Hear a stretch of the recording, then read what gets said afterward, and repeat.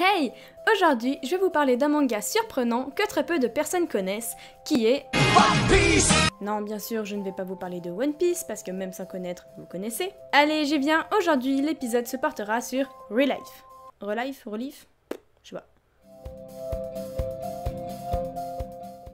Avant de parler réellement du manga, précisons qu'il est écrit par l'auteur Yayoso en 2013, son édition française est publiée par Kiyun, et sa version en animé est diffusée en 2016 par Dailytoon.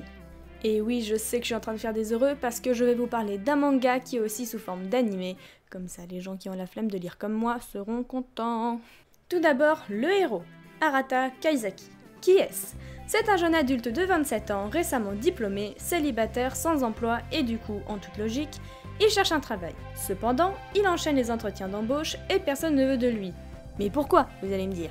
Ce n'est pas forcément parce qu'il est incompétent, mais plutôt parce qu'il a quitté son ancien emploi qui ne lui convenait pas. Où est le problème ? Eh bien tout le problème vient de là en vérité. Il insinue que ce n'était pas vraiment fait pour lui, alors qu'il y a un secret un peu plus important derrière sa démission. Bref, il déprime de plus en plus avec la succession de refus, et comme par hasard, ses parents ne veulent plus l'aider en lui donnant de l'argent. Un dilemme s'oppose à lui, rentrer chez ses parents dans la campagne, ou bien rester en ville sans vraiment savoir où aller. Et cerise sur le gâteau, il fait croire à ses amis qu'il a un travail pour ne pas être jugé, car eux, ils sont parfaits, ils sont intégrés dans la société, et ils ont même des petites amies. Un soir, en rentrant bourré d'une de ces fameuses soirées entre amis, il fait la rencontre étrange d'un garçon qui sait un peu toute sa vie.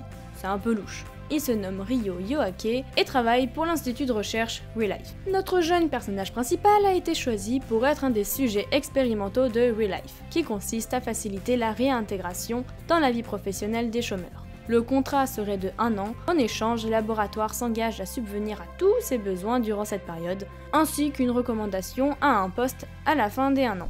Mais que doit faire Arata ? C'est tout simple, au printemps prochain, nous aimerions que vous redeveniez lycéen.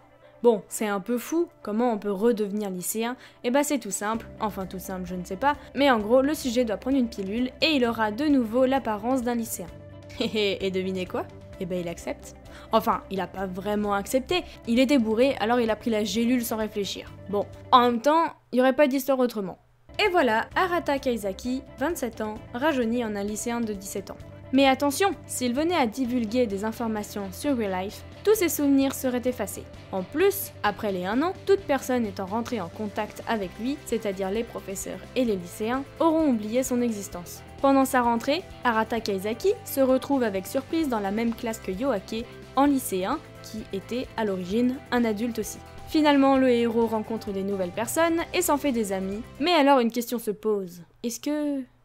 Ouais, non, je peux pas vous le dire, je crois que ça serait du spoil. Enfin bref, la rentrée se passe au plus normal pour un adulte de 27 ans, il a oublié sa trousse, et sa prof trouve un paquet de cigarettes sur lui. Vous l'avez compris, son image n'est pas la meilleure. Franchement, au début, j'ai pas trop compris en quoi 1 an au lycée allait lui permettre de refaire sa vie, surtout si tout le monde l'a oublié à la fin. Mais mis à part ça, j'aime beaucoup le principe de l'histoire. Les personnages sont super attachants, il n'y a pas vraiment de méchants, c'est juste une vie de lycéen simple avec ses problèmes et il y a même une petite touche d'humour.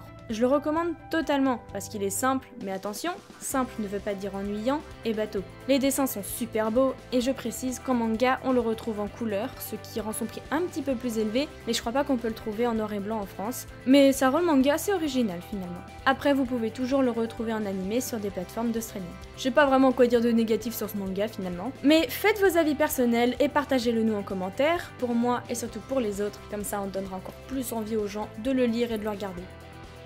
Et bien maintenant, je vous dis à bientôt pour une nouvelle page du Dico de Sayel.